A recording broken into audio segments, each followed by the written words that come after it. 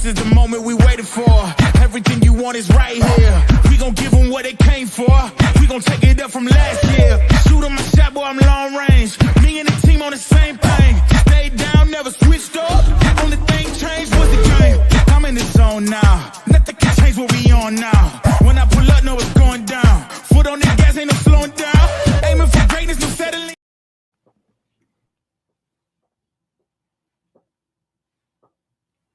He's in the Matrix again. He'll be here in a second. Hold on.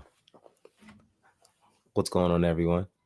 I think he lost service for a quick second. Phil lost service.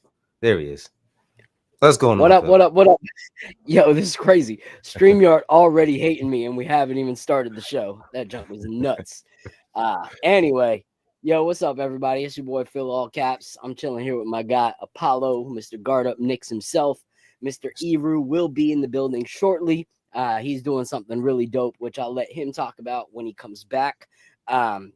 We do have an announcement to make. Our guy Billy, he'd been filling in for a while for our guy Bully, as Bully got some things on the home front taken care of in the work front.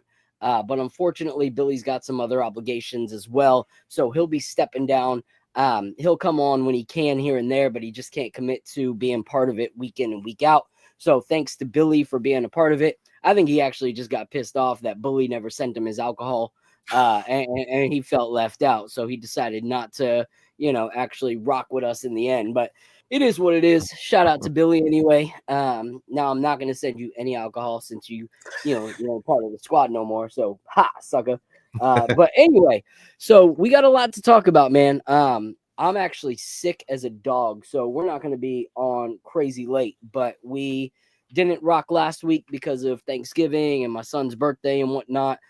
So I didn't want to go 2 weeks without us, talking about our Knicks and getting the show going. So we're going to talk, what we've missed over these past few weeks. We're going to talk about what's coming up next. And we're just going to continue to build, continue to grow. Shout out to everyone that's in the chat right now. Shout out to Xavier.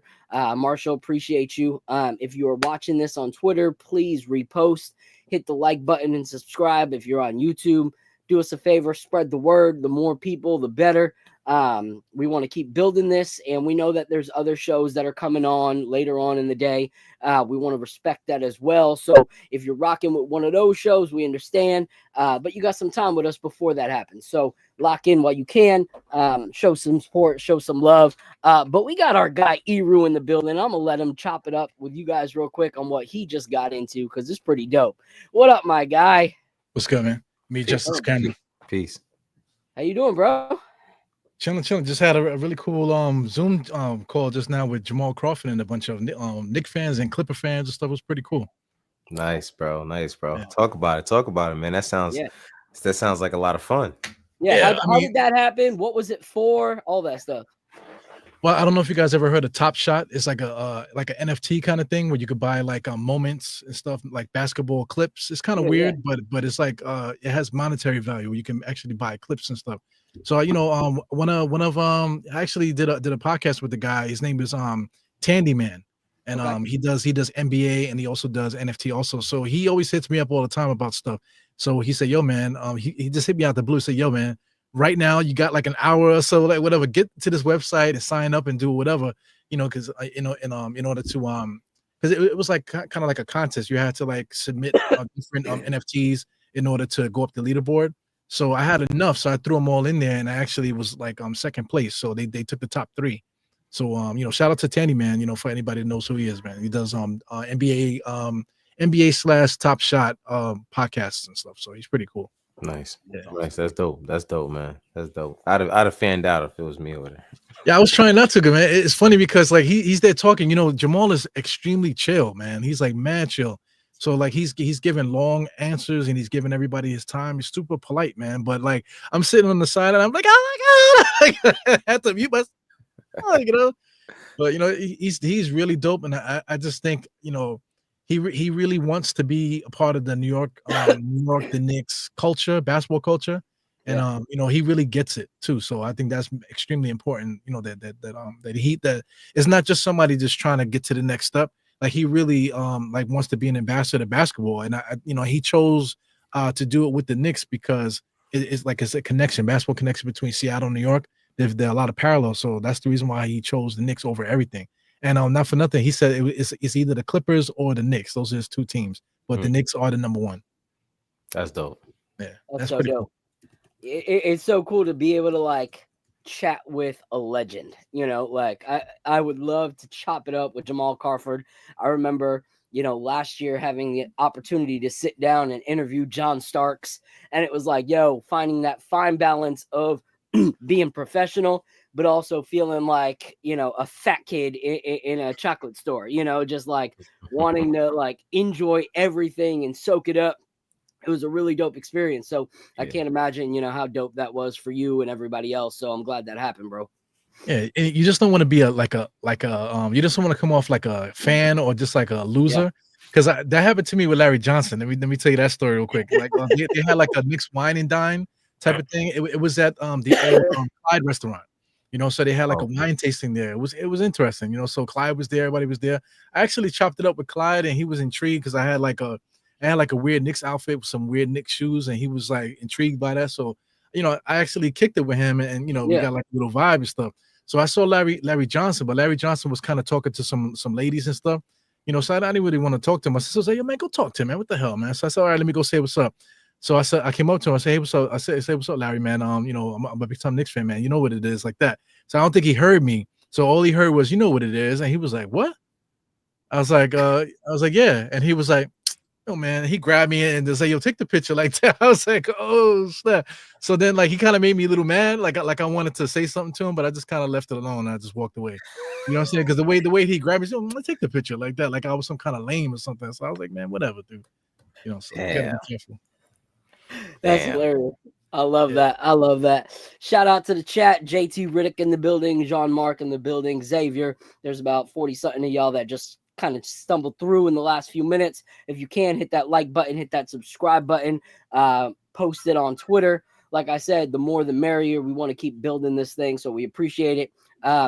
Unfortunately, I didn't know if the show was going to happen or not, and unfortunately, I haven't gotten the whiskey bottles back from you guys, so I haven't sent out whiskey. So we're not going to do a whiskey highlight, but I am going to, before we go into it, shout out to my guy Eddie Presti in the building. Appreciate you. One of my favorites in this industry.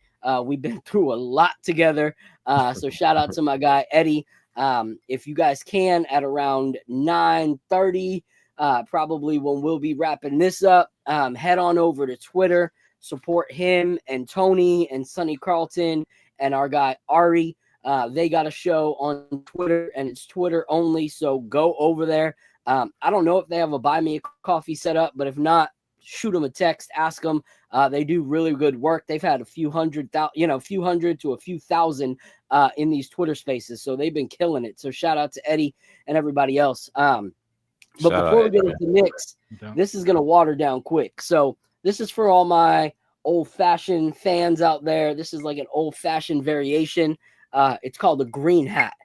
And the reason it's called the green hat is there was a guy during like Prohibition by the name of George Cassidy. And he was over, fighting in the war and whatnot. And when he came back, Prohibition was passed, and he was like, yo, I wouldn't have voted for this or whatever. So he tried to like re-enlist, didn't get, accepted, whatever. So he started figuring out what was next. Well, he became a bootlegger of alcohol, like just straight bootlegging. And it was crazy because who he was bootlegging to were people in Congress and people in Senate who actually passed the bill, but weren't really for it. They just did it because they thought that it was like what the people wanted to hear. Crazy how government hasn't changed a slight bit. But so he was like getting his, name out there because he wore a green hat. He was known as the man in the green hat. And he was, pounds and pounds of just alcohol, in bags and briefcases and stuff like that, and just bootlegging it left and right. And it was crazy because he would get arrested. He would just plead guilty because he knew the largest sentence was 90 days. And that when he got back out, there would be more demand for what he was doing. So he came back out and just killed it even more, just would move around in different social circles of Congress and the Senate selling alcohol and making a killing. So this is called the green hat, and it's old-fashioned variation in the fact that it's a whiskey cocktail, has 2 ounces of whiskey, just like an old-fashioned, has 2 dashes of bitters, just like an old-fashioned, has a 1/4 ounce of simple syrup, just like an old-fashioned, but then it has, a teaspoon of green chartreuse, which is a dope liqueur that is made by monks. And adds a whole different flavor to it. So it's absolutely delicious, absolutely refreshing. If you guys are into cocktails, I don't think my guy Prezzi's in the building yet, but if you're into cocktails, do us a favor and try out what's called the Green Hat cocktail. It's absolutely fire, and I'm sure you'll love it. But now what y'all really came for, the Knicks. Crazy few games since the last time we talked. Some of it looked great, and then some of it looked horrible. So let's go through, what we're talking about here, and let's pull up those games that happened, because there's 4 games that have happened since the last time we chopped it up. So we lost to the Mavericks after we had that great game against the Nuggets. We then lost to the Mavericks, okay? And we lost to them without Luka Doncic. 129-114. Then we played the Hornets without LaMelo Ball and without Mikal Bridges, and we only won by a point. Then we go up against the Pelicans. We destroy them, but we do got to give the footnote that there was no Zion Williamson. There was no Brandon Ingram. And then we went up against the Magic last night without Paolo Banchero, but we stomped them out. Like, even if Paolo was there, in my opinion, that's still a pretty good butt whooping from what we saw last night. So we're trending up, but there were some concerns in those first few games. The biggest were losing the lead, having a lead, and then watching it kind of dwindle throughout. So what are your guys' thoughts on these last 4 games? Like, what are we seeing from our Knicks that are promising, and then what are we seeing from our Knicks that are concerning? I'll throw it to you first, Apollo. I mean, there's a lot. That's the main word that I can use is inconsistent, unfortunately. But it's the truth, and not to pound on whatever is going on, but it's been fairly inconsistent. But they've been from what I've seen is they've been a much better team at home, and that's something that I can be happy about. On the road, it was something that was a little bit of a struggle. What was the game? Was it Utah? Yeah, Utah. That game really bothered me. You know what I mean? We really couldn't get over the hump there. But then we go into Denver and then we win. So, it's up and down the roller coaster. But it does look like they are starting to get into a rhythm. Yeah. And figure each other out. That's something that I'm happy to see. Jalen is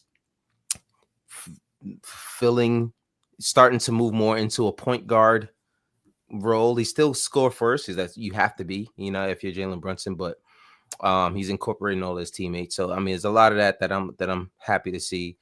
Cat is just being Cat. He's just been on a roll. He's been on the roll since he's been here. And of course, Mikal, and the up and downs of Mikal. Mikal's been a lot better since he's been home. So that's good to see. Hopefully he's a lot better on the road. I think it's the point difference is like 20 at home and then 13 on the road. He's averaging. So he's got to just, find some consistency there. But, it's just ups and downs. But recently they've been looking a lot better. So I'm pretty cool with that. Yeah. So real quick, you talked on Brunson. So I want to share a tweet. And what actually wasn't even a tweet. It was a quote from Jamal Mosley, the Magic's coach, after the game. He said, "You put 2 on him, he finds the right pass. You don't put 2 on him, he's going 1-on-1. He's isolating you in the middle of the floor. Step back threes once he gets in the mid-range. He's got amazing footwork from the step throughs and touch shots. He just constantly embraces and does exactly what's right for the team when it comes to winning basketball games." So I know a lot of people will nitpick, like, you need to see assists more from Jalen. You need to see more scoring from, and it's crazy because those who know the game, those who are watching him against their teams are saying, no. whatever he decides is right. Because it leads to us having an issue. Like what Jalen is doing is shooting at the right time or passing at the right time. Like Jalen is doing what makes it hard for us to do. So if you look for the people that want Jalen to pass more, Jalen is actually 9th in assists in the NBA right now. Like he's 9th. Like how much further do you want him to go? Like if you look, okay, Trae Young is number 1. Cool. But Trae Young's not affecting winning for the Hawks right now. Like he's not affecting winning. So yeah, he may get a lot of assists, but what does that lead to? Okay. Then you go and it's LeBron James. Okay. And Cade Cunningham. Okay. And, so Tyrese Halliburton. And, so a lot of these people can get the assists, but are they making the assists at the right times? Are they making the assists at the correct time for their team to succeed? That's my question, So something to think about. Jalen's making the right choice at the right time. Yeah. Well, what are your thoughts, the Knicks are as a team, they're just like they're consistently inconsistent. You know what I'm saying? And just to double down what you're saying with Brunson and stuff, like people don't like people have an idea about basketball, how they want the game to be played a certain way, or the point guard has to pass the ball, get other guys involved and stuff. But they're not considering what exactly what we have going on with this team. Brunson, like we cannot win if Brunson is not the way that he is. The way that he attacks the basket, just attacks in general. Nobody can guard him. They like he causes so much havoc. So everything that he does, he has to do it. So the team around him needs to adjust to what he's doing, and when it comes down to the consistency and everything like that, just what Brunson does, Brunson doesn't necessarily have to adjust what he's doing for his teammates. Like his teammates kind of need to figure out how they can fit in around what he's doing, because he's the engine that pushes the team really. You know what I'm saying? So I think that's what we've been seeing. We're lucky also. We played teams like the Nets, Wizards before. We also played Phoenix, who we seem to have their number. It just like some sins from the past too, like Utah. We can't beat Utah for some reason in Utah. What's the other one? Dallas. We can't seem to beat Dallas for some reason. Yeah. You know what I'm saying? But we are lucky that we playing these teams that have broken legs, for with the lack of a better term, because it's giving us that confidence, and it's like putting us in the spot where now guys are starting to find how they could fit around Brunson. Shout out to Mikal Bridges. I think Mikal Bridges needs to play off of energy. He's an energy player.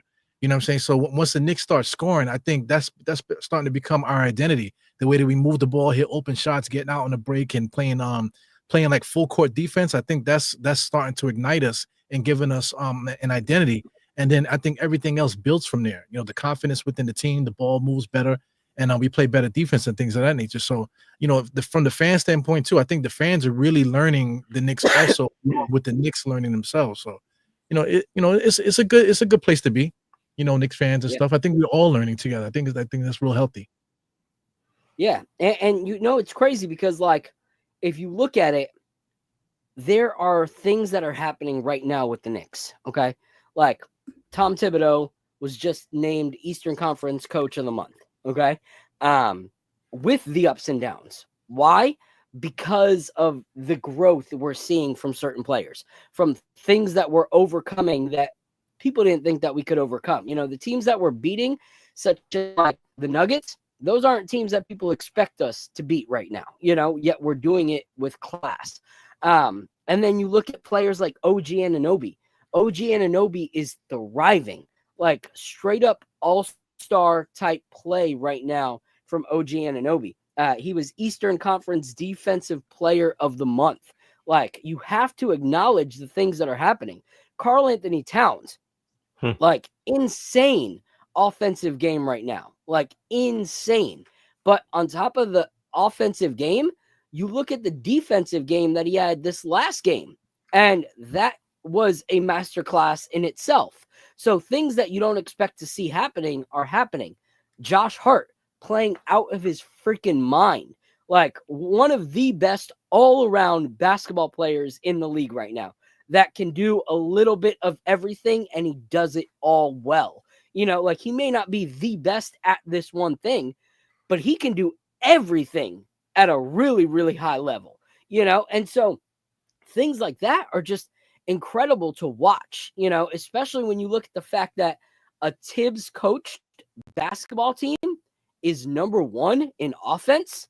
Like, who the hell thought that we would be here today saying that Coach Tibbs has a team that is the number 1 offensive team in the league? That's crazy, And so if we start playing defense the way that we played defense this last game against the Orlando Magic, then it's a game changer. Like, the rest of the season is different, if we continue to do that.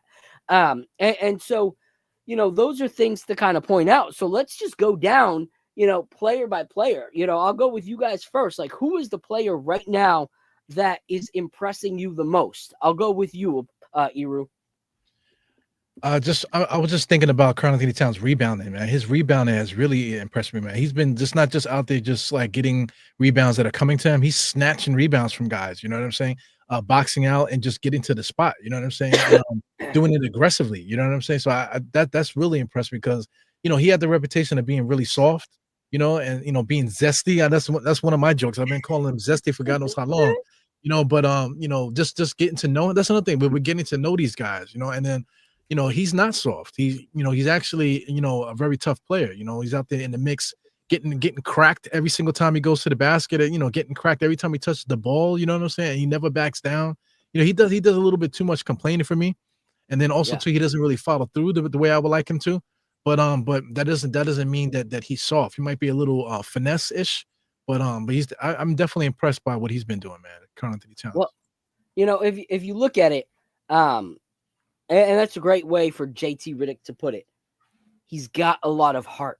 Like, he may not be the tough guy like Anthony Mason, type tough guy, but to call him soft is crazy. Like, when you think soft, you think like Charmin, like toilet tissue, where it's like that junk's like a cloud. You just use it to use it. You don't even need it anymore, but it just feels good. Like that's Charmin soft.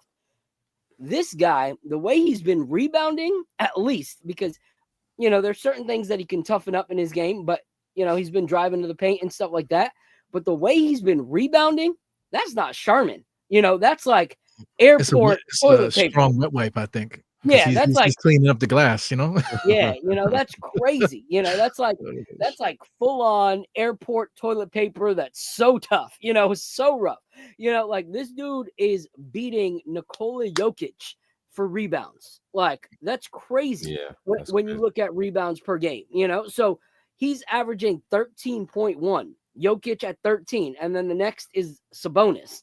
Guys that you're expecting to grab those rebounds. So Cat is doing something that we really need him to do, especially in Mitch's absence, especially in Precious's absence and stuff like that. He is cleaning up the glass. So we got to look at that and salute Karl-Anthony Towns for his hard work on the boards. What about you, Apollo? Who's been impressing you the most? I mean, I got to go OG Anunoby, man, because it's just on both sides of the floor. Like I expected what we're seeing on the defensive end, of course. But just the offense has been amazing. You know what I mean? Now aside from last night, the previous 3 games, he was all in the single digits. He hit a serious slump, 3 of 15, 3 of 11, 3 of 2.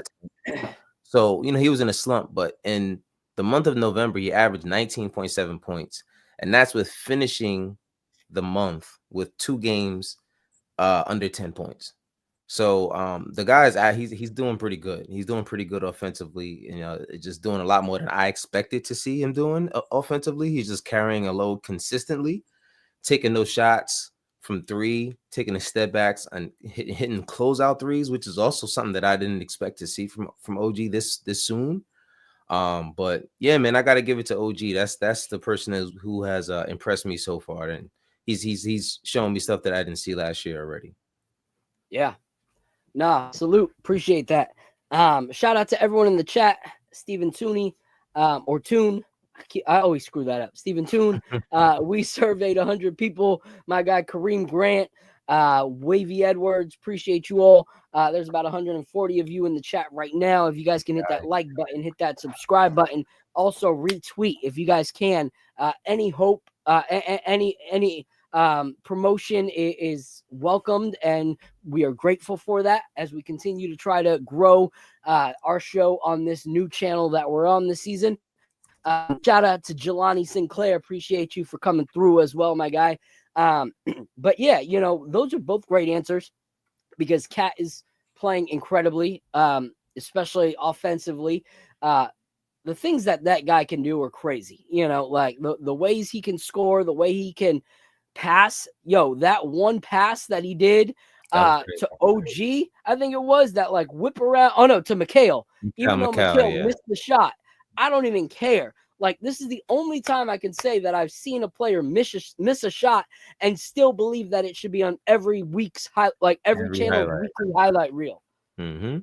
I said the same. I tweeted the same thing last night. I said, I don't care if you missed. I need to see that play all the time on every highlight reel, every Cat highlight reel. Facts. So he's killing it. OG's playing out of his mind.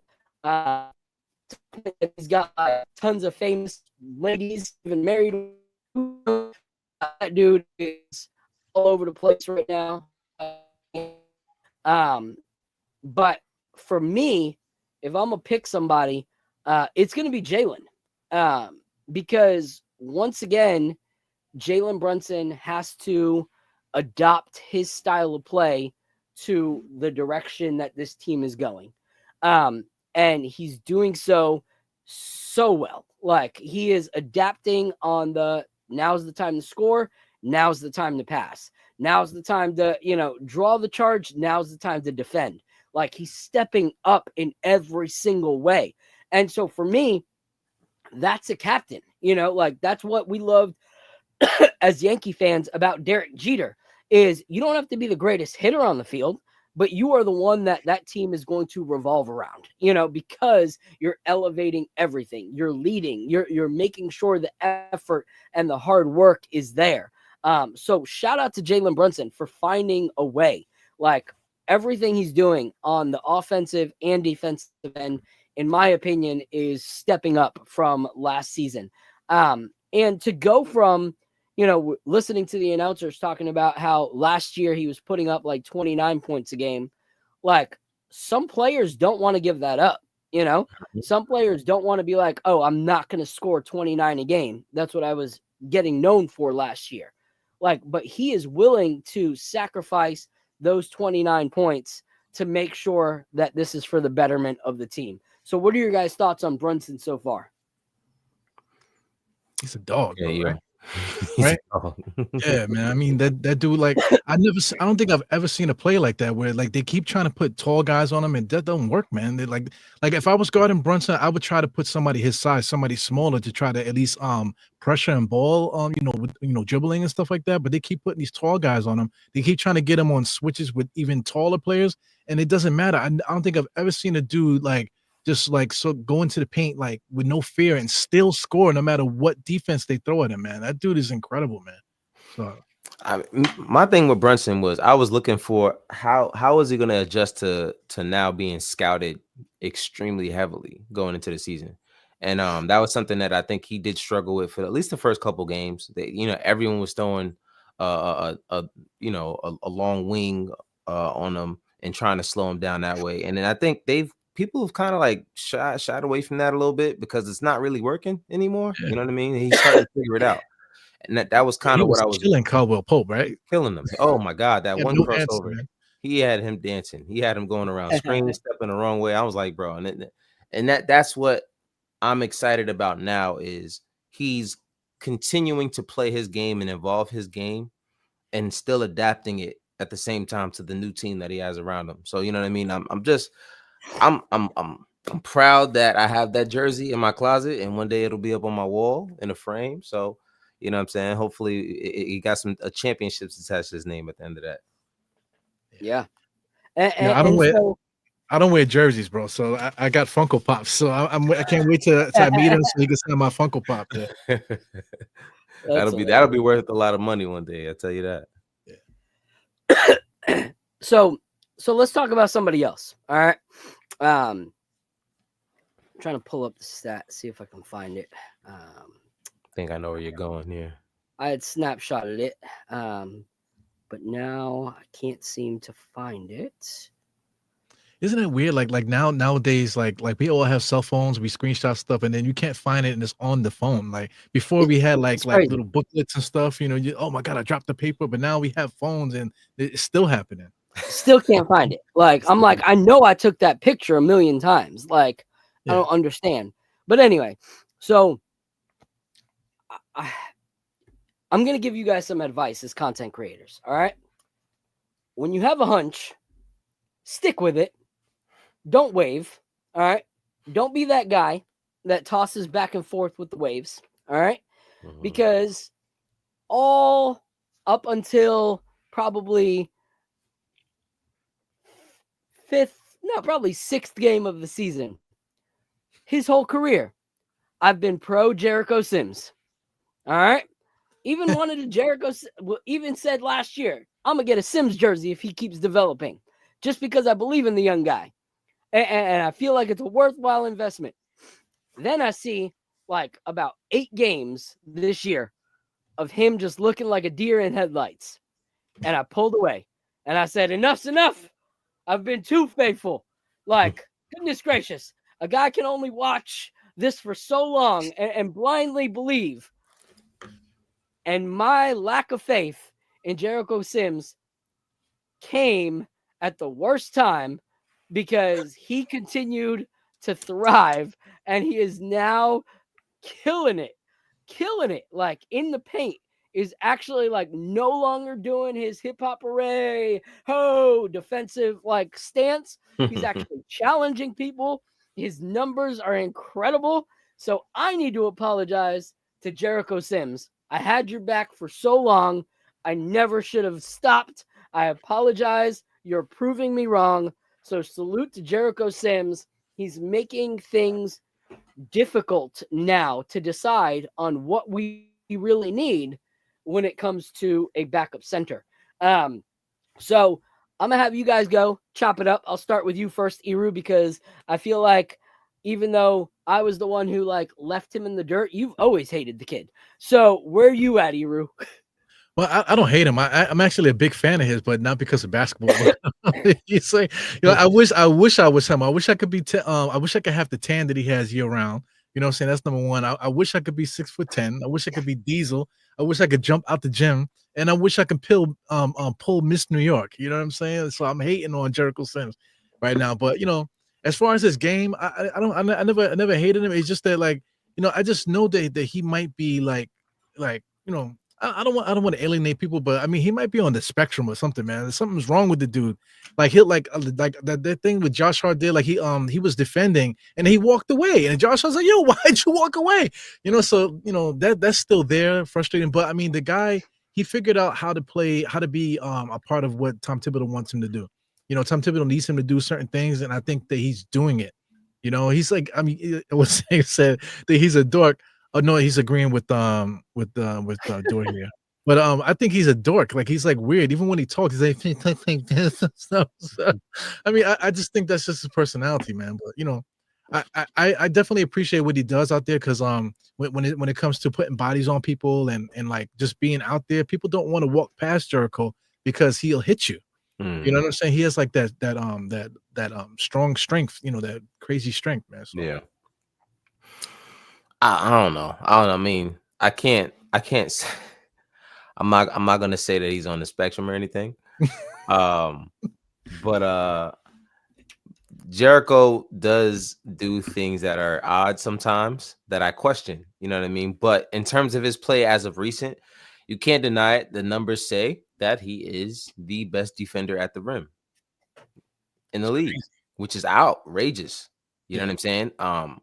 What a rise from the pits. You know what I mean? Like I'm gonna give him his credit because I was absolutely ready to give his spot to Hug Purdy. And now when I see Hug Purdy play, I see the flaws. I see what Tom Thibodeau was seeing, which is why he hasn't played him as much. I see it, but I also think that those things are correct. They're correctable.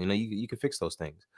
But as far as Jericho, he's finally using his body the way he should as an NBA center.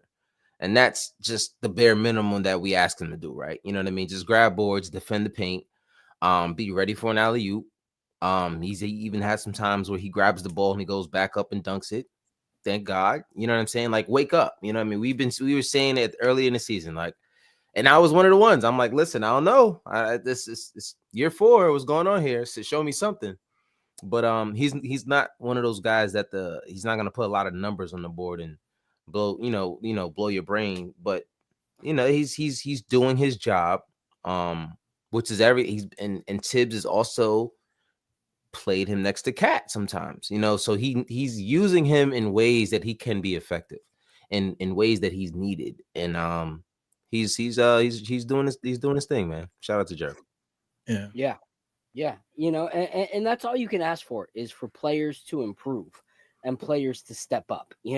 Like it's one thing, which is why I wanted to give up on him. I didn't feel like he was going to improve. Like I kept feeling like it was the same old. And then as soon as I give up, he's like, haha, too soon, sucker, and like prove me wrong. So shout out to him, but let's also talk about Mikal. All right. I want to give a shout out to my guy, Knicks Beast. He put a tweet that said, I'm buying Bridges stock on the low if anyone is selling. He's too young and talented. We have years of tape showing he's better than this. A former Defensive Player of the Year runner-up. It hasn't been great, but I firmly believe the best is yet to come. Mm-hmm. He posted that, and then that same night, yep, Mikal goes off for 30 freaking plus points. Like Nick Beast. So they used to call me on my old channel, the viewers used to call me the prophet. I want to hand that title over to the man, Mr. Knicks Beast, because that couldn't have came at a better time to believe in someone that a lot of people were starting to question and say, I don't just believe in him, but I want stock in him. I know who he is, and I know he's going to step up. And then that night, it was just like out of nowhere. So shout out to Knicks Beast for that. And shout out to Mikal Bridges. Like New York's a loud city. Like New York fans are loud.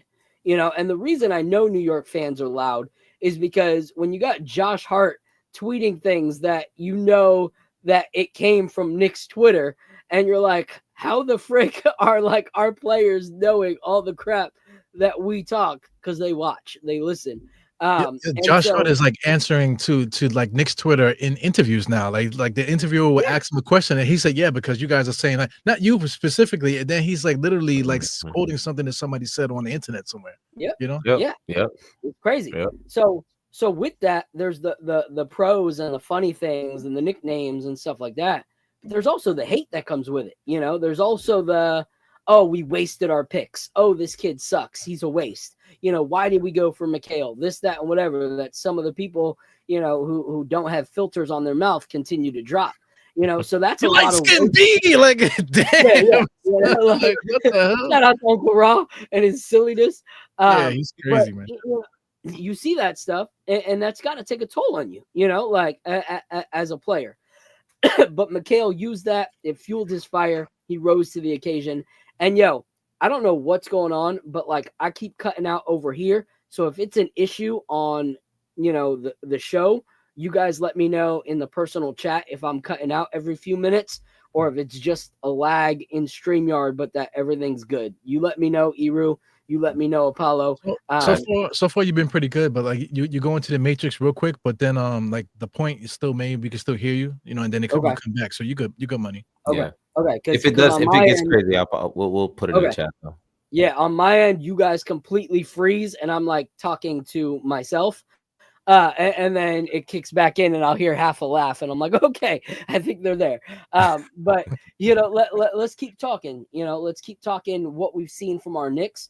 But let's also talk about what we feel needs to change. Like shout out to Tibbs, getting that offensive, basketball going.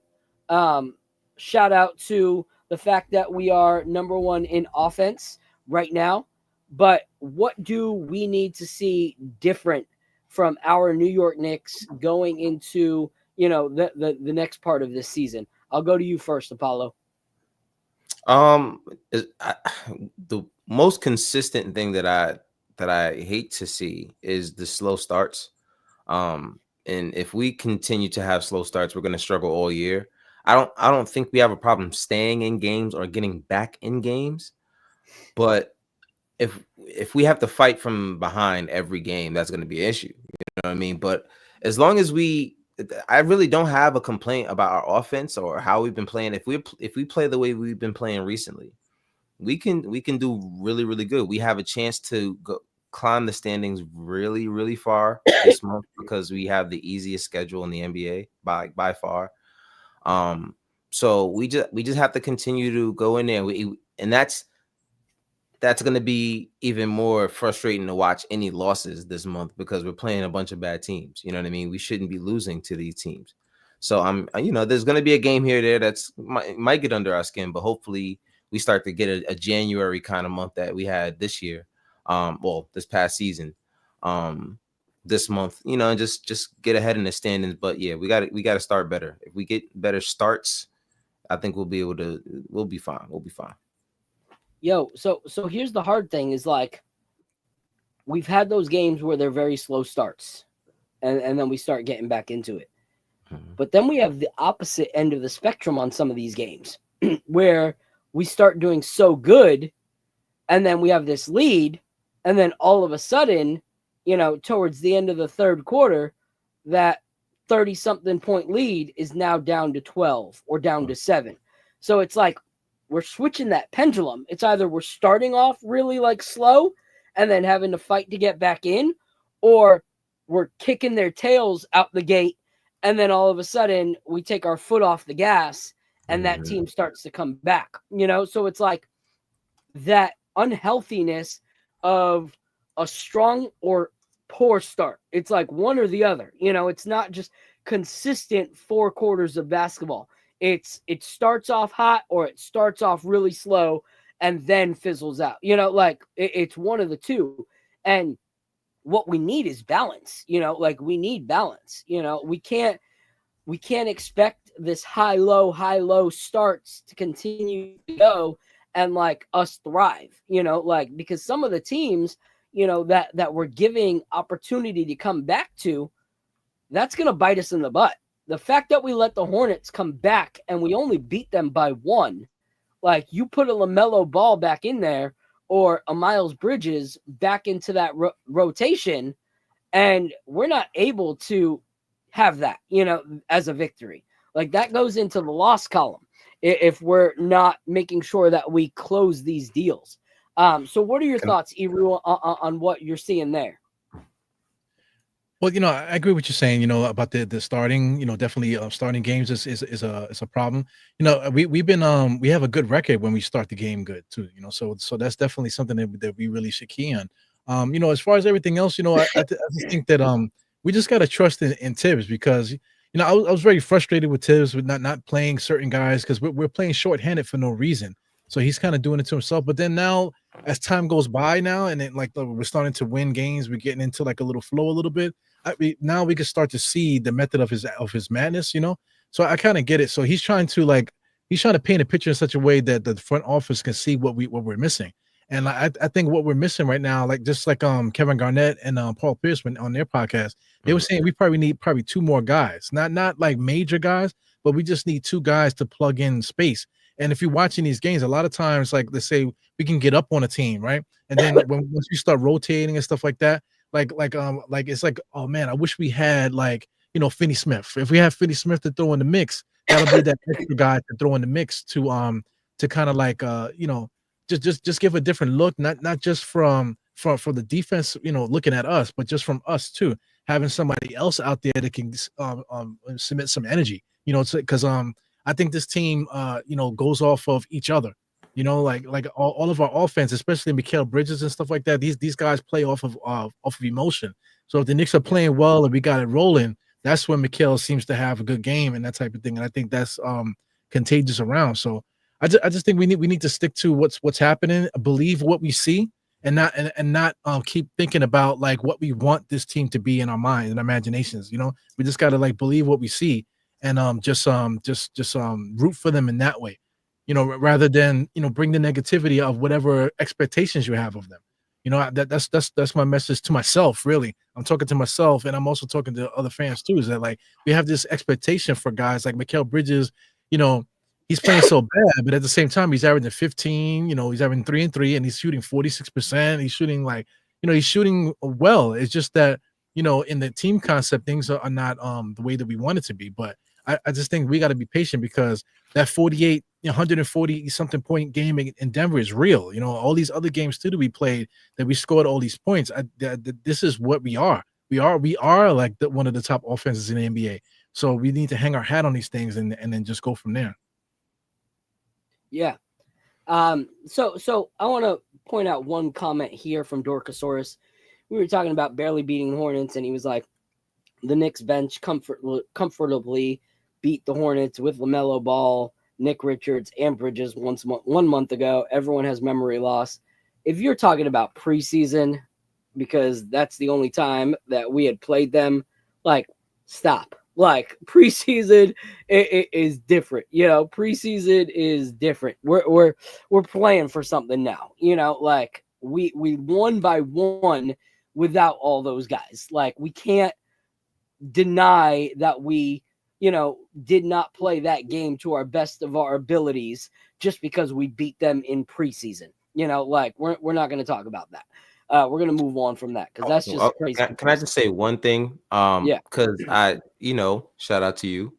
Me and my wife got to go see that the Hornets game last Monday versus the Magic, and I was just there just to watch. And LaMelo Ball is so talented, but his IQ is nowhere near close to his talent. So there's a lot of plays that he takes away from what they can be doing. And I'm just sitting there watching him give the game to the Magic. I'm just like, dude, like, pass the ball. Like, there's a couple plays where he's just doing dribble between the legs, dribble, and then step back 3 and then airballs it. And I'm like, bro, like, there's 4 other guys there. You could have did something else better than that. So he's so talented, but sometimes I do feel like they play better without him. You know what I mean? And a lot of teams, that happens all over the league. That's why sometimes when guys are out, we end up struggling against teams because we're like, yo, what they like versus the Mavericks. Without Luka, how did we look so terrible against that team? You know what I mean? Yeah. Some guys get the opportunity to step up in these guys' absence. And, sometimes you don't get the game plan for those guys. So, that's the only point I was trying. Yeah, I think that's the thing too with Tibbs. Tibbs can't really it seems like he needs tape on people in order to coach. Like when we played the Hornets, the Knicks seemed lost the entire time. Like we didn't really know what was happening. Because like not for nothing, like I'll do the watch alongs and stuff. I had to look at the box score myself because I didn't know who the hell these people were that were on the Charlotte Hornets team. So I'm quite sure they're the same way. They're looking like I don't even know who these guys are. I don't know what their strengths are. But the frustration with the Knicks though is that like every team beats us the same way. They beating us the same freaking way, with the length and getting out on the break, athleticism, going to the basket and shooting threes on us and stuff. So we just have to figure that out as a team and go from there because I think we're onto something, man. But everybody got to be patient and trust the process, I guess. Yeah. Yeah.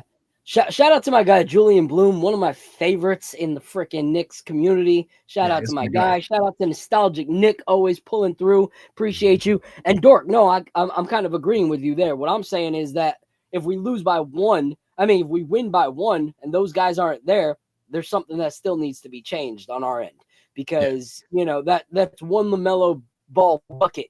That's one Miles Bridges dunk and we're done. And to your point, Apollo, the problem is not the talent there. The problem is that coaching is a cluster in Charlotte, and it's been like there is like you want to talk about no identity for a basketball team. That's them. That's them. That's a bunch of talented people with no place to go. Like a whole bunch of drivers, no vehicle. Like it's just horrible. So it's going to continue to be like that, unfortunately. Shout out to my guy, Trav B. Ryan. Appreciate you coming through. Thank you so much for being here. But one thing you guys said is things change when there's more to work with.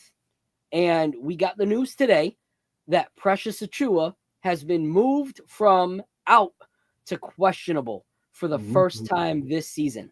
The precious. Oh, my precious. Yo, that excites me. That excites me to get a little bit of that dog in Precious Achiuwa back in, even for at least a few moments of a game, maybe against the Hornets coming up. But that's something for me, I look forward to, especially seeing what him and Sims can look like together. We've talked about it, a few times this season. If Mitch continues to be delayed in when he can come back, that can change whether or not he gets moved or not by the trade deadline. If it looks like it's going to take too long for him to get back, and we see that Precious and Sims thrive together off the bench, and that we no longer need that piece, Mitch becomes like, dismissible. $14 million. He becomes $14 million. Yeah. Yeah, he becomes dismissible. He becomes something that we can add to our bench. So what are your guys' thoughts and hopes from the return of Precious Achiuwa? I'll have you go first, Iru. Well, Precious, physically he looks a lot like OG. So like him being on the court, it's going to be like a shadow. Like we won't. Hopefully, we won't be missing a beat when he comes in there, just due to the length and the way that he plays basketball. And also too, once we bring the bench in, if Jericho's out there, we can throw Precious in there with them. So the things that Jericho is doing as far as boxing out and things of that nature, now that leaves Precious available to get that rebound that we wouldn't normally get, because we don't have that extra big man in there. So that's what I'm hoping. I'm hoping that, like, every time where it seems like, damn, when we're missing something, hopefully that when Precious is in the mix, that he'll be that guy that, oh, there you go. Like Jericho is doing something. He's boxing out. He wasn't able to get the rebound, but on the weak side, Precious was lurking, and he was able to get that rebound, or he was able to get to that loose ball. You know what I'm saying? And then the pressure now is not always on OG to do everything and Mikal to do extra. Because not for nothing, these guys are small forwards, to tell you the truth, and they're kind of like playing out of position and stuff. So I'm just anxious to see like the extra guy in there to just to throw in the mix that helps us out. Yeah. And that's a great point by Trav. He said they say that Precious and Mitch are a perfect contract to get a 20 mil player. The thing about like Precious coming back, and once again, shout out to the front office for being geniuses. Like, they get Precious back and they can evaluate, is he the difference maker for our bench? Right. Like, does he come in and rattle things up? Does he come in and give us everything that we need off the bench? If so, we got him locked in. We're good. If not, they talked him out of having that no trade contract clause in his agreement with us. They talked him out of that. Like, he only wanted to come back if he had the no trade clause. They got him to sign it and take out the no trade clause. So he comes back, he plays good enough to trade, but not good enough to make the impact that we need for him. Then we're able to move him to find what will be that determining factor on what makes our bench that much better. So it looks like the front office has set us in a position to succeed, when it comes to Precious Achiuwa and his contract. He's either going to come in, fit so well with Sims and the growth of Sims that our bench is now so hard to like play against, or he comes back, does well, but not well enough, and they can still move him. So it's a win-win situation when it comes to the Knicks right now. What are your thoughts on Precious Achiuwa coming back, Apollo? Well, I mean, I miss his energy, man. Like, the guy, he's so energetic. He doesn't play lazy defense. He doesn't make a lazy cut. Like, everything is like, he has high energy. You know what I mean? And that's what we've been missing off the bench, especially at that position. Like, I mean, we have Jericho as a big, but there's no in the middle kind of guy who can move around and still defend the paint and still can get out to the perimeter and defend. So I just miss his energy, his defense. The lineups don't have to be so small, and he's like you said, he's kind of like Iru. He's kind of like that shadow of OG a little bit. He's just all over the place, man. And you see the energy he brings to the lineup. Even when he's on the bench, it's like, yo, you just suit up. You could just see he just wants to be out there. So I'm looking forward to seeing him here and back and getting involved with this lineup again, because I think he and Cat together can run a nice lineup as well.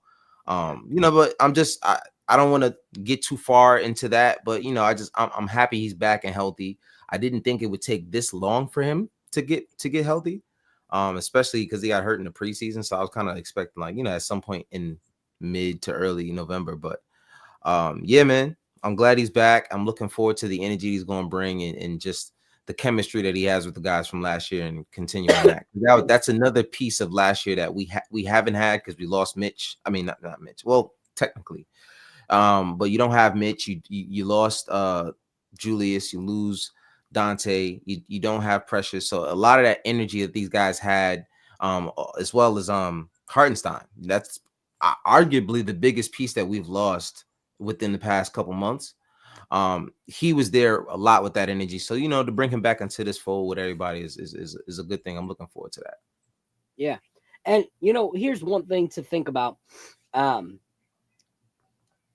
I think for the first time in a while, we're saying we didn't think that he was going to be out for so long. And I think it's because we're used to an NBA that has rushed players back, and we've seen injury time and time again from those situations.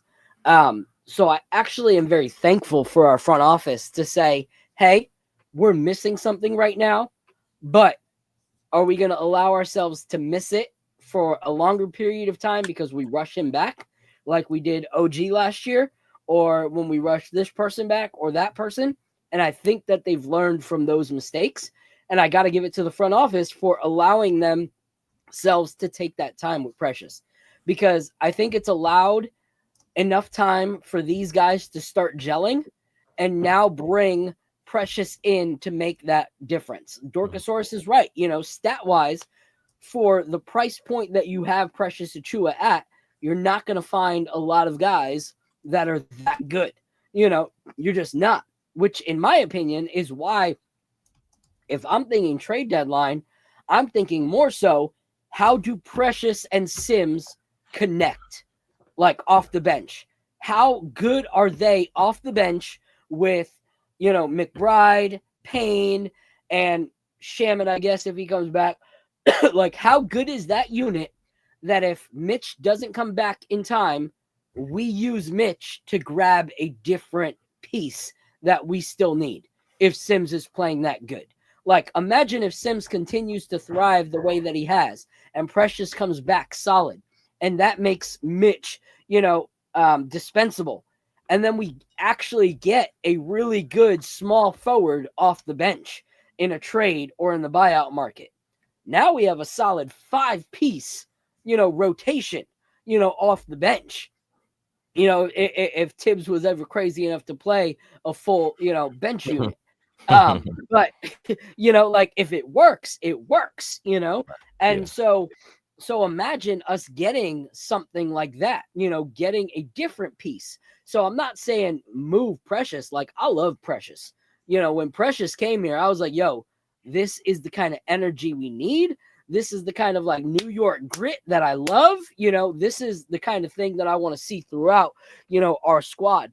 But if he comes back healthy and he comes back as good or better than last season, that might make the Mitch conversations a little bit different because of how much Sims has grown and how much Tibbs talks about Sims.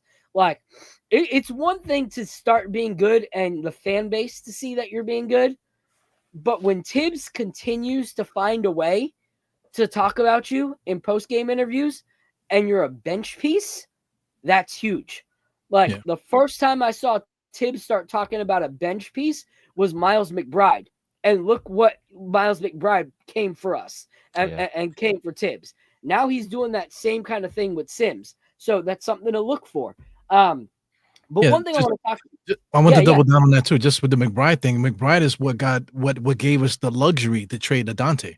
We felt comfortable trading Dante because we had McBride to slide into that spot. So that, just to double down on your point, like if Jericho Sims and now Precious, when he comes back, if they could show, like you said, if they could show us now, it's the same situation. We have excess because if we trade Mitchell Robinson, we still got Huck Porty on the bench too. You know, so we actually have excess in that position. You know, so the writing is on the wall for us to improve in that way too. You know. Yeah. And that's the thing is Dork's talking about Mitchell Kittens. Yes, Mitchell will always be someone that can be. But if we have excess, you know, like what do you always do? You want to trim the fat. You want to trim the fat. So if we have something that's excess and we can use that to get something that's in lack, now you have Precious coming in for OG. That's a pretty good substitution. You got Sims who's growing coming in for Towns. That's a pretty good substitution. You got McBride coming in for Jalen. That's a great substitution. Campaign coming in for Mikal. Coming in for Mikal. That's a great substitution. Hart, small forward spot. We don't necessarily have a great substitution for that. So if we could use some of the excess to get a lockdown, like either scorer or defender at that small forward position, that changes our bench. So it makes Mitch dispensable, even though he's still valuable to our team.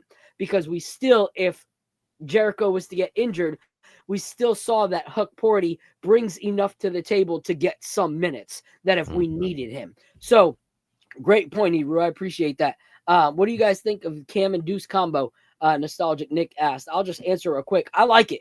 I think Cam brings a grit that I love. Like there's an arrogance to him that is on that fine line of like just the right amount of arrogance before it gets annoying. You know, it's like he's not the Dylan Brooks kind of arrogant annoying, but he's the like kind of arrogant that you just want to like, you want to move your head with him and Mikal. You want to dance at the freaking, television just because they're dancing. Like, I think him and Deuce are great together. And to Trav B's point, yes, I keep on saying Dorian Finney-Smith for me is that guy. Like, you get a chance at Dorian Finney-Smith, you move on that. Like, you move. You trade Mitchell Robinson. As much as I believe in the future of Tyler Kolek, if they need a future point guard and Kolek's got to go or Dadier's got to go, I love those guys, but Dorian Finney-Smith helps us get close to winning that chip off the bench. So Dorian is one of those guys for sure. I like Isaiah Stewart too.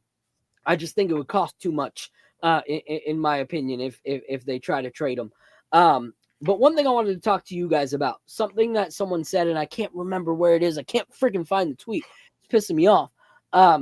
Was talking about the problem isn't that Tibbs's defense is bad, but that Tibbs is so much of a defense-focused person that it's to the point of overcompensation. That the players are trying to play defense so hard that they are a step behind because they're trying to be so locked down that they're not in preparation for the movement, which is why you always see, if your player was there, you'd be great defending them, but now you're running out to them because you were thinking in the moment, you weren't thinking the next step. You were trying to be so locked down that you weren't thinking about the evolving possibilities of what that team can do. So what are your guys' thoughts on that? Because I feel like when our defense clicks, it looks great. But when it doesn't, it is a cluster of running out to the 3-point line time and time again, hoping you find your scorer or your shooter, and we're always a step behind. So what do you guys think is the cause of the lack in our defense right now? I mean, I honestly think it's just still chemistry. You know what I mean? I think they have to figure out, exactly what he wants and when he wants it, and just figuring out the adjustments and the rotations. But also there's a lot of schematic things that I feel certain players just don't get yet. I still, even though Cat has been a lot better with his fouls, not drawing as many fouls. It was a couple games ago. I think it was the Hornets game where he kept picking up offensive fouls, which I think in that sense, I think that game he was like tired or something like that. But I think it's schematic things that these guys have to adjust to, and they're adjusting on the fly. It's not like they don't have a bunch of practice days, but they do mostly shoot arounds when they're not playing games because they don't want to, run these guys into the ground as much as everybody believes. But yeah, I just think it's just a chemistry thing that they're figuring out. They're learning how to put Sims in the spot that Mitch was in last year and having him play that role the right way.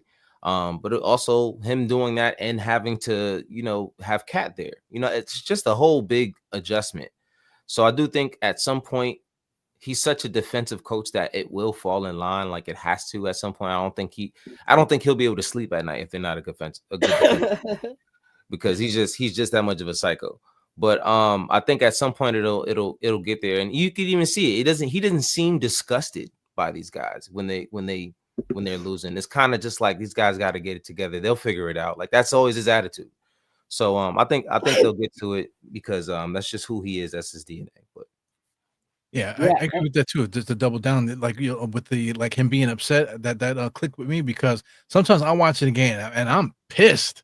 But then like Tom Thibodeau is not the typical, RJ, or whatever. He's not like that. His energy is a little bit different. So I agree with that. I think there's a bigger picture here that they're trying to like whatever he sees a positive in it. So I think we just gotta, like you said, just trust what's happening. Yeah. What were you saying, Phil? Yeah. So two things. First, since you said RJ, shout out to RJ Barrett. That dude's balling out of control right now. I always said, it was a flawed system from the get-go with RJ coming here. I always felt like him and Randall were never going to, work out.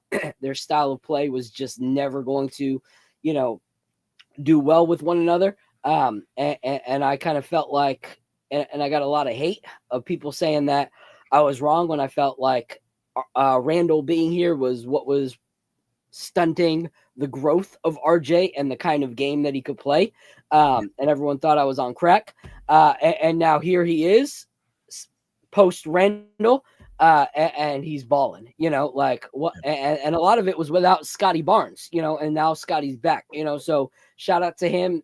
Quick hasn't been there he's where he belongs, he's beginning a lot of assists, which is incredible too for RJ Barrett. So he's where he belongs, happy for him. The ball's in his hand a lot. Yeah. Shout out to Paris Duggar with the $5 super chat. He said Precious is a mouse in the house against legit fives. Indie playoffs. Mitch Sims, Huck get us 0 boards. And look for our shooters. Precious gonna miss shots. Yeah, Precious isn't perfect, but here's the thing is we don't need him to play the 5 anymore if Sims is continuing to grow and continuing to be better. Like he gets to play the role that he should be playing. Like last year, that was one of my biggest things with Tibbs was that he had a lot of players playing out of position, a lot of players not playing in their roles. Even when it was back in the days of like Toppin and stuff like that, it was you guys play to my system instead of playing to your skill sets. Now he's starting to actually play to players' skill sets. So I feel like this is going to be beneficial for Precious coming back with Sims developing and him not having to take on that full 5-man role. So thank you for that super chat. Shout out to my guy Fritz in the building. Great moderator of the channel. Appreciate you, my guy. Shout out to Fritz. I don't know if Fritz is Haitian, whatever, but I got some Haitian rum. This is what I'm sipping on today. Baba cool. Yeah, man. All right. Yeah, Baba cool, man. That stuff is heavy. That stuff is heavy, man. Yeah, well, I mean, I think it has magical powers, man. For anybody that's into like rum and stuff like that, anything like especially like castor oil, Haitian castor oil. I feel like that stuff has magical properties and stuff. So next week, all 3 of us, make sure you got some rum. We're gonna have rum old fashions next week. Okay. Out for you. So we'll have different rum old fashions. You let me know what rum's in your glass, and we'll talk about it. And do something different. Throw a little something in it. Instead of the regular Angostura, like switch it up a little bit. Let me know what you did to change it up. I'm half Haitian. What up, Trav? Salute. He said I'm Haitian by association. My wife is Haitian. Same here, man.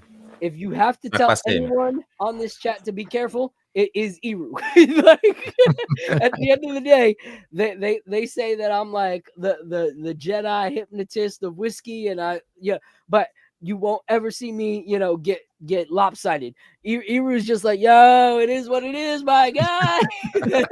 Well, I used to be that way. I was sober for 18 months, man. So ever since then, I kind of like calmed down a lot. Chill it out, But I have no problem getting it in. What I'm saying? If there's a time for it, All right, so let's talk about what we were talking about when it comes to the defense. People talking about, we have such a hard time running out to the line, and we've been saying this for years.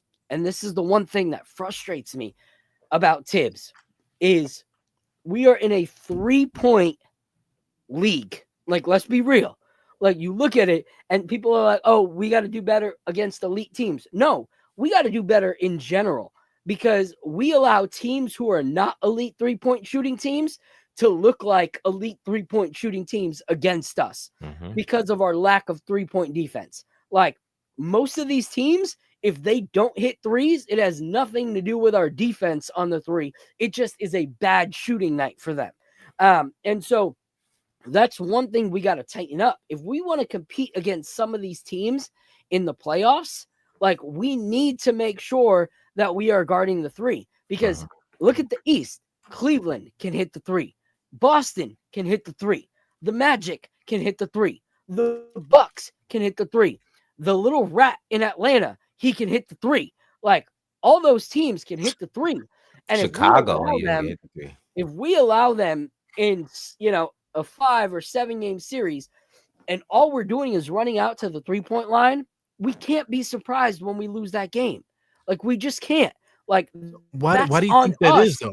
Why do you think that is, Phil? Because I feel like that's always been our Achilles heel. There's always somebody standing in the paint, and they have to run full speed to get out and put a hand in somebody. Say, why do we consistently do this all the time?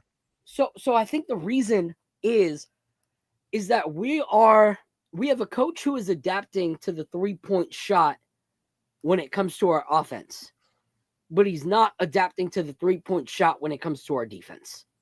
Like, Tibbs, I think it's a little easier for Tibbs to adapt to a 3-point offense because he's not an offensive-minded coach. That's not something that he's had the bread and butter recipe for years. So for him, he's like, we got to adapt to the modern day NBA. But when you say you have to adapt to the modern day NBA on the defensive end, now it's no longer the baby that he knows and he holds so dear to his heart. The defense that he has banked on for years, it has to change. And so I don't think drop Tibbs coverage has stuff changed on that. in the chat. Yeah. What happened? The drop coverage, people saying in the chat, that drop coverage stuff is driving me crazy because like you're saying, this is what the league is doing. The league is shooting threes, bro. So drop coverage should not be a part of the equation at all. We shouldn't be doing that. And that's the thing is like it's one of those things where he's still playing the defense of his Chicago Bull days, when the three wasn't the elite shot, and so until he adapts to that, or the players just say, screw it, we need to defend, like, it's going to be an issue. And it's aggravating. Yeah. Nostalgic Nick, you're right. To watch it game in and game out and see that we are playing a game of cat and mouse running out to the 3-point line just doesn't make sense to me season after season. And that's why, when we talk about assistant coaches, that is where I miss the Johnny Bryants. That is where I miss an actual assistant coach that Tom Thibodeau would allow to actually speak to him. Because ever since Johnny Bryant left, who's standing up with Tibbs in games? Nobody. Why? Because there's no one on his staff that he'll listen to. He was listening to Johnny Bryant. They were having conversations about best things to do towards the end of last season. He doesn't have that anymore, and so that is the problem. And yeah, JB's father is the associate coach. That's great, but they're barely talking. He's on the bench talking to other people and talking to players as they come out, but he's not talking to Tibbs, Yeah, I said that the last podcast. Maurice Cheeks and Mark Bryan are having a podcast on the sideline. Yeah, in the back. Yeah, they're having like a personal conversation with each other, like during the game, and we're losing.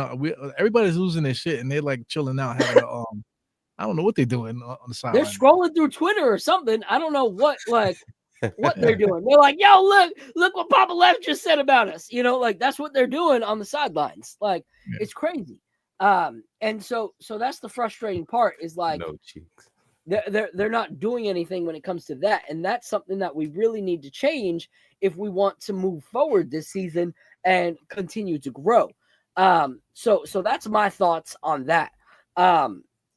But let's talk about. I don't mean to keep interrupting you, but I just looking at Dorkosaurus. He said it's taboo for players to challenge the coach. That's always been the case. Like to speak up. Like even like say like coaches have like office hours. D'Antoni, like you couldn't just speak to D'Antoni. You had to meet him in his office hours, which I think is ridiculous. Because same thing like we're in a podcast. Like if I want to say something, I'm just interrupt you. Like you know what I'm saying? I don't mean to do it, but sometimes you just stop with whatever. So I mean that's what people do. So you mean to tell me like grown people are not just like, wait a sec, I got something to say, bro. I don't agree with this.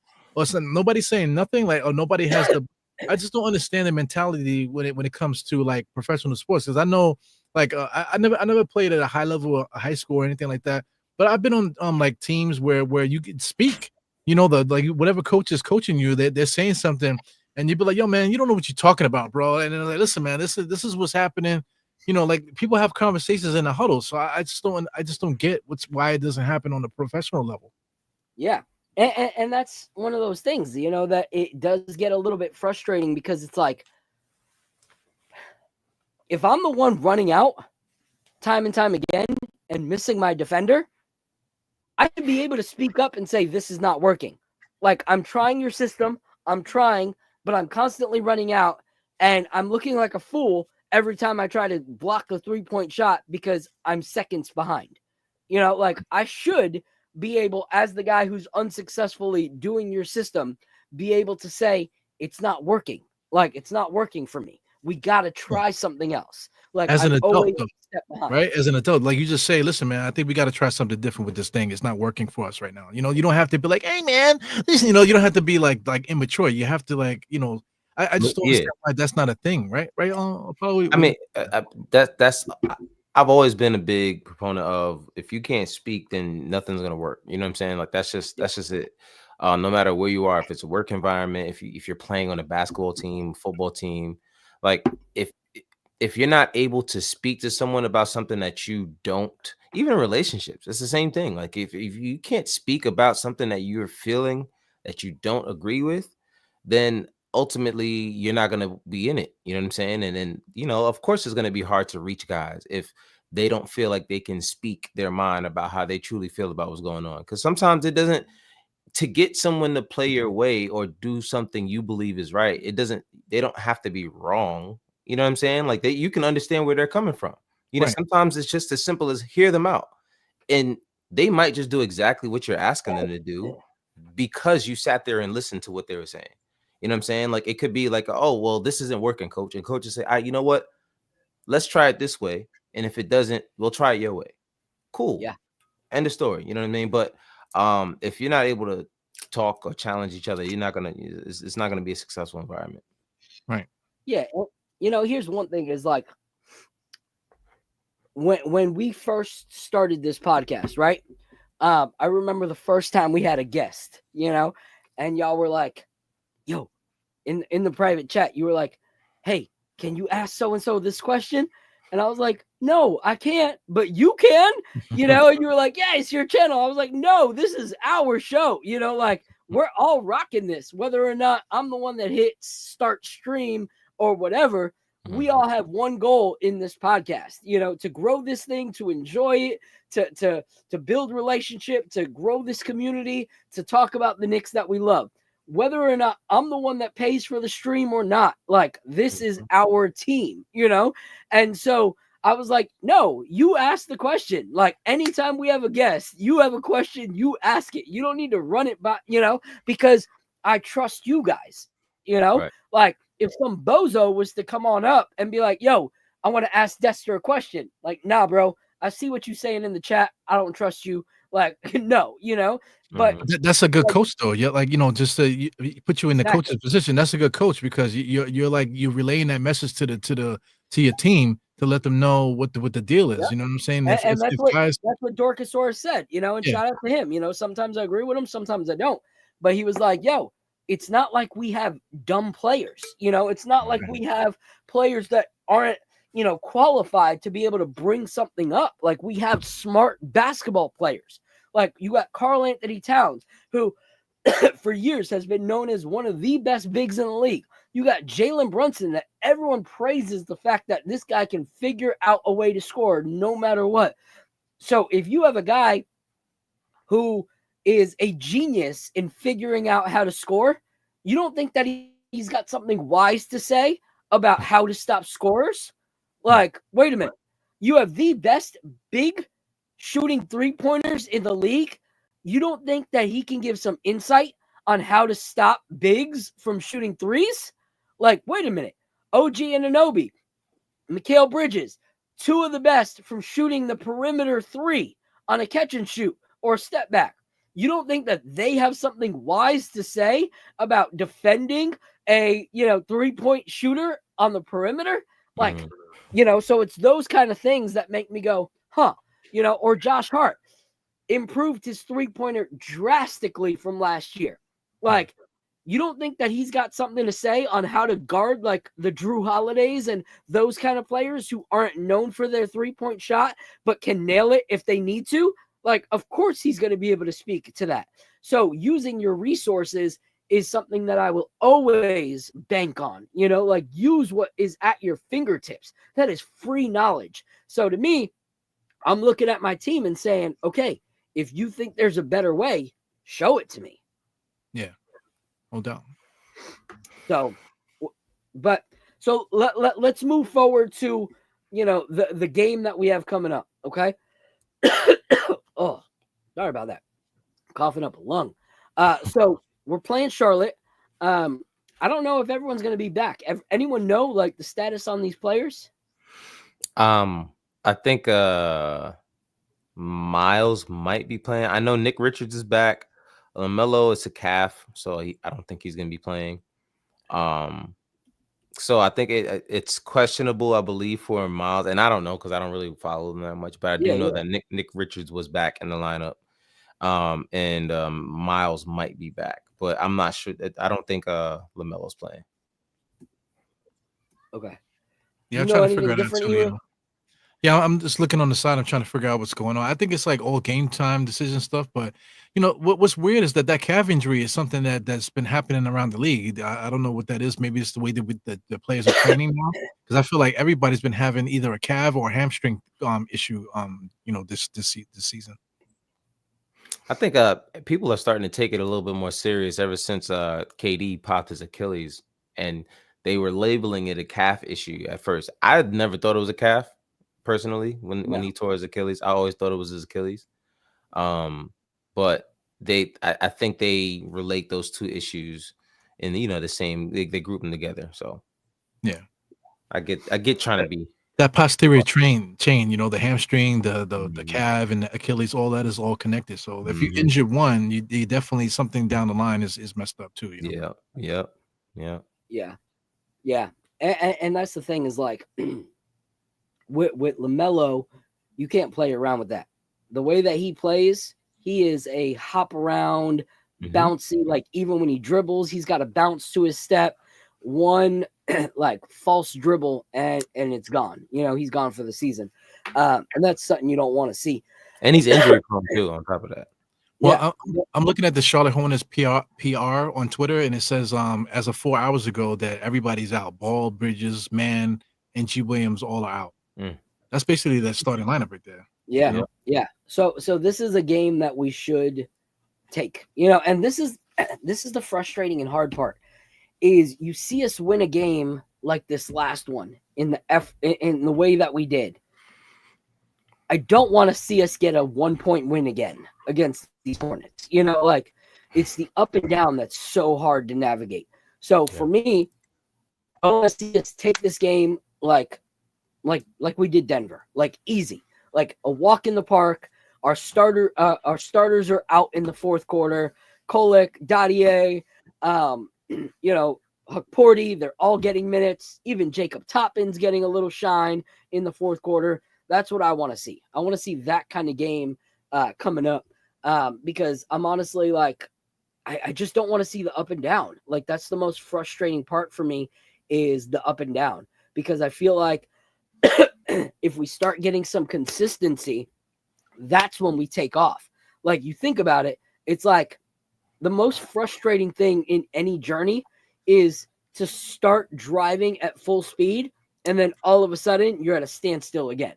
Like those highways that make you feel like, oh, traffic is stopped, and now you're cruising at 70 miles per hour, and then all of a sudden everyone's back on their brakes. And another 5 minutes of traffic to then go into like 5 minutes of 70 mile per hour. It's like, yo, I don't want to drive 70 miles per hour for 5 minutes to then stop again. You know, I'd rather just stay stopped until it's time to go full speed. Yeah, pick one. Pick one. Yeah, pick one. So that's what I want to see from our Knicks going forward in this game. And I'd love to see, you know, Precious Achiuwa returning on this one. But we'll see. You know, we also got the semifinals, I believe it is, against, or what is it, the quarterfinals? Quarterfinals. Against the Hawks. Yes, You know, to me, that's an important one. You know, to me, that's a do not let the Hawks, who still talk trash about 2 years ago's playoffs, do not let them come into our arena and take this away from us. And I believe that's on the 11th. So we got to figure out what we're going to do about the show that day, because that's a little crazy. Well, they're playing good basketball too. They're actually beating the Bucks right now by 11. I think. I'm not good at math, but I think it's 11. You know, but they have the long wings. You know, they have a bunch of guys that can throw at us. You know, and also DeAndre Hunter is back, so they got weapons. So it's not going to be an easy thing. No, and they're playing a Bucks team that's actually been clicking on all cylinders. They're not playing the Bucks of the start of the season that were, you know, a dumpster fire to say the least. So, you know, that's going to be a game that we definitely want to play, because, you know, Trae Young, like, he stays relevant by being the New York villain. You know, like, people stop to think about him, and then he comes into New York and he revives that again. So we got to make sure that we stop him, that we lock him down. Like my friend Fritz says right here, hit that like button, hit that subscribe button. Shout out to our family at the Nick of Time show. This channel is one that we absolutely love being a part of right now. Shout out to our guy Jay Ellis. Shout out to our queen Ebony. Shout out to our guy Ryan. Shout out to my brother from another mother, Mr. Lee Escobedo. Shout out to all of them. Shout out to Fritz, the moderator of all moderators. Hit that like button, hit that subscribe button. Follow us. Make sure that you know when we're going live. Also, if you guys can, you know, sometimes YouTube sucks, and we don't see a single penny of what was sent to us. So if you can, that little thing right there up in the top right, that's a way to buy us a coffee, which is just a way to donate to us. Donate whatever you think it's worth. That allows us to, you know, get more subscriptions. When it comes to, you know, going live, get our guy Apollo that little check mark, get our guy Eru that little check mark. Okay, come here, baby. Get our guys that little check mark. Come here. Get that guys the little check mark so that they can go live. My little man just woke up. Hey, it's a family show. Hey, what's up, big boy? This is the Knicks show. Can you say "Let's go Knicks"? Can you say "Go Knicks"? Not right now. You don't want to. Still sleepy. Okay. All right. Well, I'm gonna let them talk, and I'm gonna get you water real quick. Okay. Okay. All right. I'm gonna get him water real quick before he goes back to bed. So you guys chop it up real quick. Let's talk about that Atlanta Hawks game, and I'll go with you first. Eru, go. On the spot. Yeah, but you know, I was just looking at it. I got it on the side here. The different players. You got Jalen Johnson. You got Dyson Daniels. That guy Zachary. You know, Rusha Chair. Yeah, Rusha Chair, whatever. You know what I'm saying? He was killing us in that was a preseason game, right? No. That was the regular season, right? There he was regular season, yeah. So between him, DeAndre Hunter's back. They got Bogdanovich also as a Knick killer. So they got guys, man. You know, so it's not gonna be a pushover. Yeah, man. I mean, I think we got a taste of what they do when they get hot, and I think that's actually what happened. We didn't have a good start versus them. And that goes back to the same thing that I was talking about earlier. If we don't start, we fight from behind the whole game. Did we end up winning that game? I don't remember. I'm gonna have to flip through that. Yeah, I don't necessarily remember if we won or not, but I do remember that it was one of the first games that, of the season. Jalen was struggling with Dyson Daniels on him Yes. a little bit, which was frustrating to watch at that time. And then Well, they beat us. They beat us by 5. They beat us by 5. Yeah, we started off slow that game. I remember. Yeah, we started off slow and we were fighting back the entire game. If we don't start off slow, first of all, if we're at the Hawks beat us. Yeah. If we're at home, I don't think we have that issue that we had that game. I think we can, especially knowing how this guy is a maniac and he studies. If you go back and watch the film of that game, it was just effort. The reason why we lost that game, it's just effort. They didn't do anything schematically that blew us out of the water at all. It was just effort. Most of the plays we didn't get out to guys who were shooting threes, and mainly Rishashare. He was 6 for 10 from 3 that game. I remember specifically. Yeah, he was killing us, and every time he shot the ball, every time he made the shot, he was unguarded. So it was like, at what point are you guys going to figure out, like, yo, just guard the kid? So you stop them from getting hot. You start early. You get in the game. You start with the energy that we've seen the past couple games at home, and we're still at home, so that's good. And I think we'll be fine. But don't sleep on them. They're the kind of team that can string together a 15-point, 15-0 run out of nowhere, especially when you got Trae Young over there. Yeah, they're gonna match our intensity with the defensive stuff too. So we have tape also too, because Tom Thibodeau works better if he has tape also. So we have tape on the game. So, and also too, it was a month ago. A month ago we were having a lot of issues, So hopefully that we cleaned up some of those. Yeah. Yeah, but here's the thing. Here's the thing that we got to pay attention to. A month ago we were having issues, but a month ago they were having issues. Like, I remember us even talking about the game, going, "Oh, it's Atlanta. They're lost ever since they traded DeJounte Murray. They have no clue who they are." Now they're starting to figure out who they are. Like, right. You talked about how they're beating the Bucks. Well, let's not just say they're beating the Bucks. They're up by almost 20 right now against the Bucks. Like, and this isn't like a decrepit Bucks team. Like, Dame is there. Brooke Lopez is there. Giannis is there. Like, their squad is there. But the thing about the Hawks, which is crazy, is that, like, they don't need one guy to kill you. Like, it's not like Trae Young's got like a 30-point night. Right now, he's only got 10 points, but everybody else is stepping up. You got Bojan coming off, Bogdan Bogdanovic coming off the bench with 13 points. You got Jalen Johnson with 14 points. You got Zachariah Rishker, whatever that pissed me off in our game, with 12 points.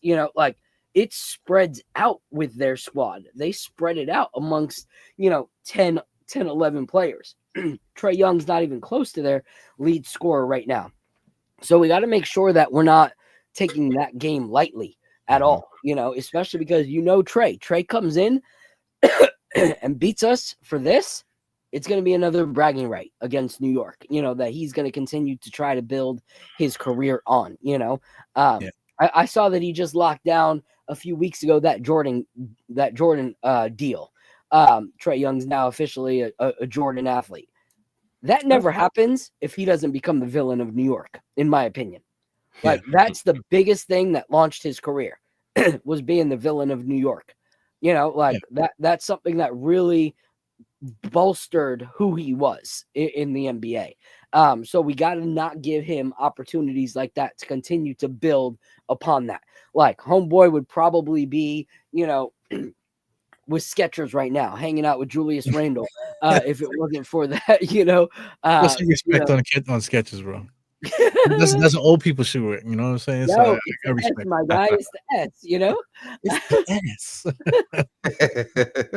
But that's just it, in my opinion, and I think Nostalgic Nick just appreciated and agreed with me as well. And so did Dorkosaurus. But that is what it is, so we can't allow that to happen in that game, because they are playing well right now. So It is what it is. But looking forward to these next few games. Looking forward to, what we do. If you guys are in the chat, please, once again, hit that like button, hit that subscribe button. Let's continue to build this thing. We're at about 700 to 800 on the views right now. We want to get back to what we were last year, which was about the 1,200 to 1,600 range per episode. We know that's going to take time. A lot of people don't even know, like that we're now at a new channel. I get messages here and there like, oh, did you guys stop doing shows? I have to try to reorient them over here. And we are going to get Apollo and Eru verified on Twitter and streaming there as well. Even if it comes out of my own pocket, I don't really care. It's going to happen. We got to make it happen in the new year. So if you guys can, hit that like button, hit that subscribe button, buy us a coffee so that I can verify these guys. Twitter is not cheap, even though I'd like it to be. Elon Musk, one of the most money hungry rich men I've ever met in my life. But it is what it is. And we are going to start streaming to TikTok next week as well.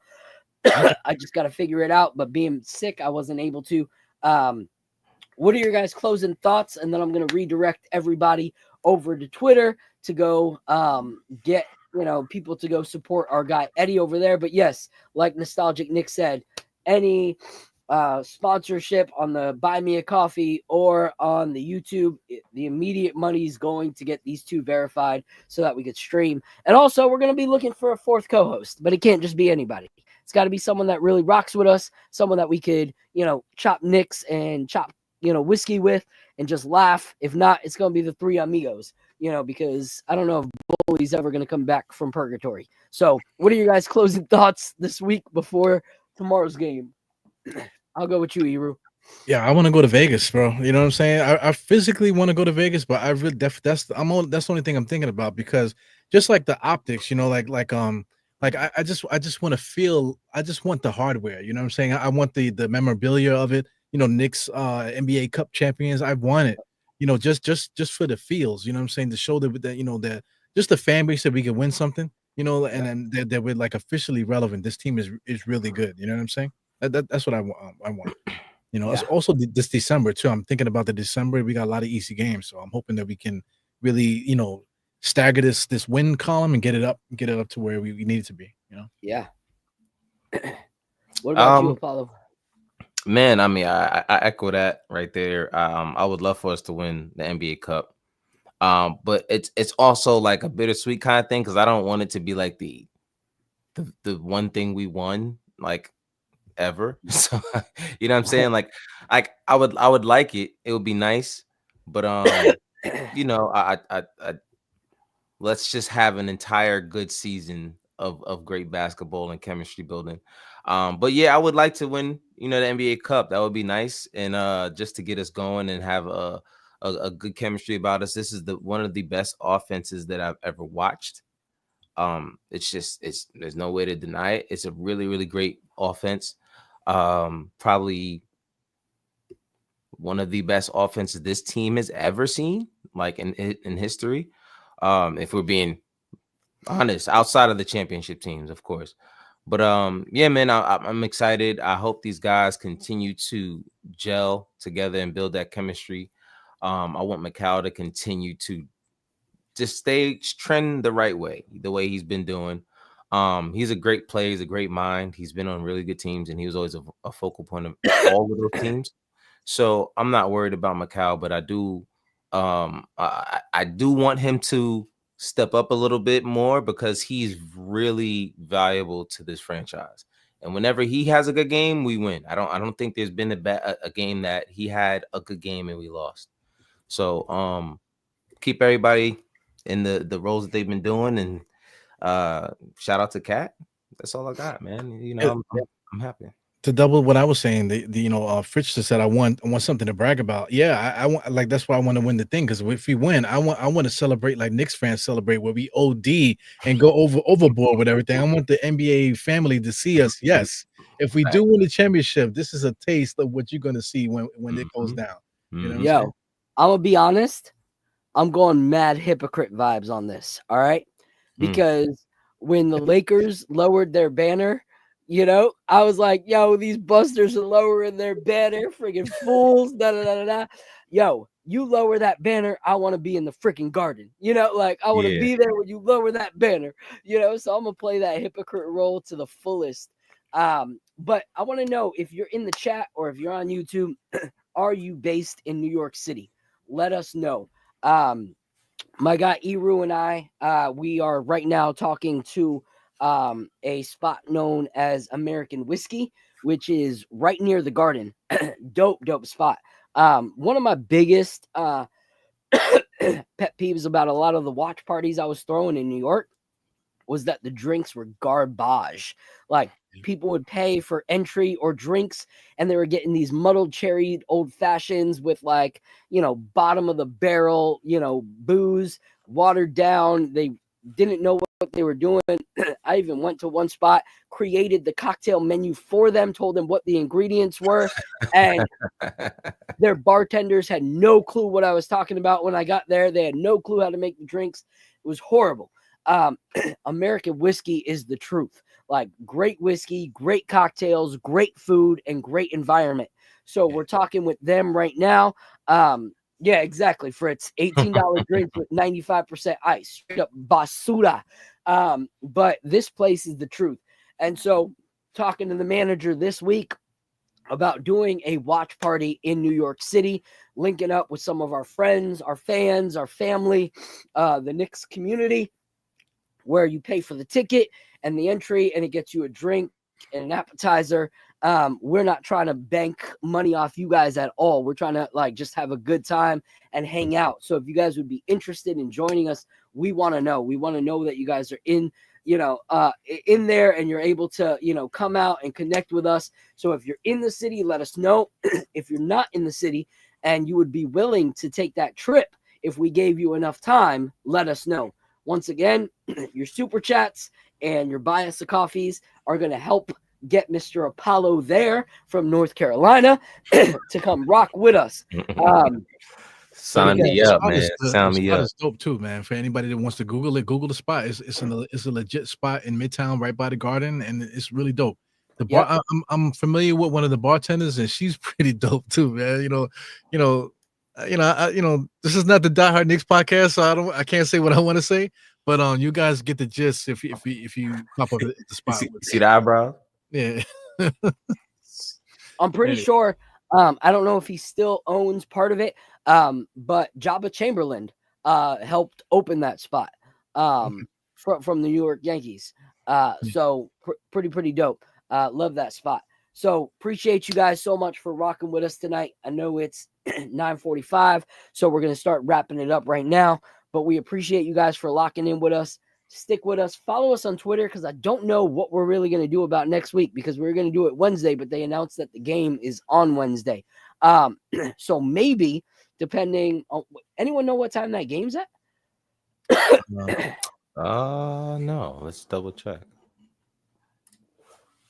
No. Did they let us? Is that one of those games that they just decide at some point?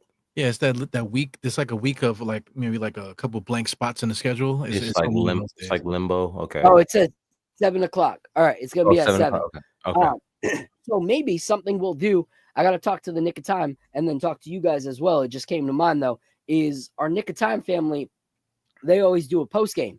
So maybe we do a post game nightcap episode with them if it's not too late for y'all.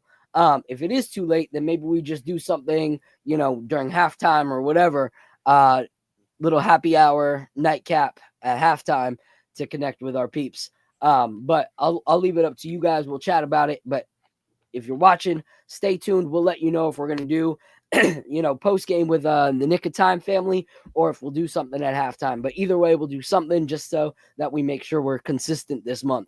So appreciate you guys for watching. Y'all got anything to say before we cut out? No. Peace and everybody have a good night. That's a good night. Cheers. We appreciate y'all. Hit that like button, hit that subscribe button, retweet it, let people watch it on the playback. Tell them what they're missing. Grab yourself some rum, grab yourself some whatever that is right there. Grab it, enjoy it. DeMario, appreciate you coming in last minute. We appreciate you so much. If you just came in, watch the show on replay, gang. But yes, retweet it, post it on Instagram. Let people know this is the place to come kick it, have a drink, and just talk Knicks with some of your best in the industry. We appreciate you guys. You too. Nothing but love, like always. Appreciate you guys. Blessings to your families and whatnot. And until next week, deuces. Peace. This is the moment we waited for. Everything you want is right here. We gon' give them what they came for. We gon' take it up from last year. Shoot 'em my shot, boy, I'm long range. Me and the team on the same thing. Stayed down, never switched up. Only thing changed was the game. I'm in the zone now. Nothing can change what we on now. When I pull up, no